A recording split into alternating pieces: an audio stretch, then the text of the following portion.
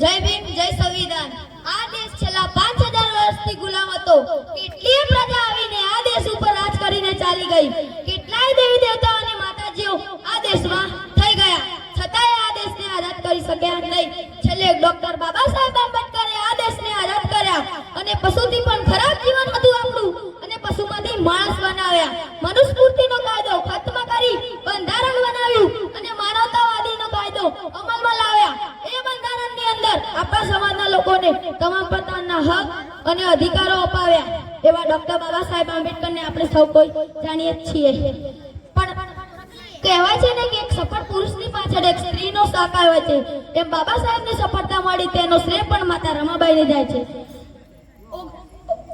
1899માં મહારાષ્ટ્રના એક નાનકડા ગામમાં માતા રમાબાઈનો જન્મ થાય છે। 9 વર્ષની એવી યુવા વયે માતા રમાબાઈના લગ્ન બાળ ભીમ સાથે કરાવી દેવામાં આવે છે, કેમ કે એ જમાનામાં બાળ લગ્નનો રિવાજ હતો। બાળ લગ્નનો રિવાજ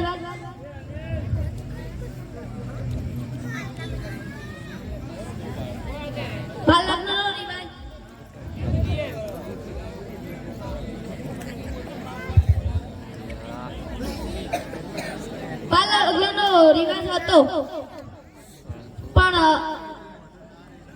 આ ઉંમરે આપણા ત્યાં બાળકો નિશાળ જતા હોતે, પણ આ ઉંમરમાં માતા રમાબાઈના હિસ્સામાં ઘરની તમામ જવાબદારીઓ આવી પડે છે। અને બાબા સાહેબ આંબેડકર વિલાયત ભણવા જતા હતા। એ પરિસ્થિતિમાં દારૂણ ગરીબીમાં માતા રમાબાઈ ઘરની તમામ જવાબદારીઓ સ્વીકારી લે છે અને ઘરે છાણા થાપી થાપી ઘરે વેચી વેચી ઘરનું ગુજારણ ચલાવે છે। એક રોટલીના 4 ભાગ કરતી હતી માતા રમાબાઈ। પહેલા 4 બાળકોને જમાડે, પછી તે કઈ વધે તો જમે અને ના વધે તો ભૂખ્યા પેટે સૂઈ જાય।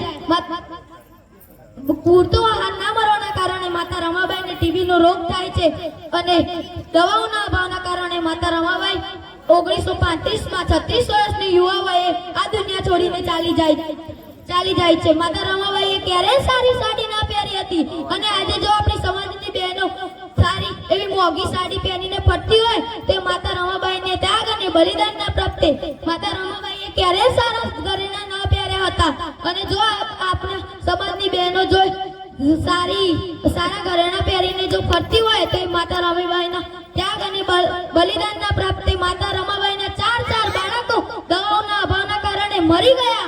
અને જો આજે આપણા બાળકોને સામાન્ય તાવ પણ આવે તો આપણે એનો ઈલાજ એસી વાળા એવા સારા દવાખાનાઓમાં કરાવીએ છીએ। પણ આજે આપણી બહેનો વર્તું રાત દિવસ કાલ્પનિક દેવી દેવતાઓ અને ટીવી સિરિયલ જોવામાંથી નવરી નથી પડતી।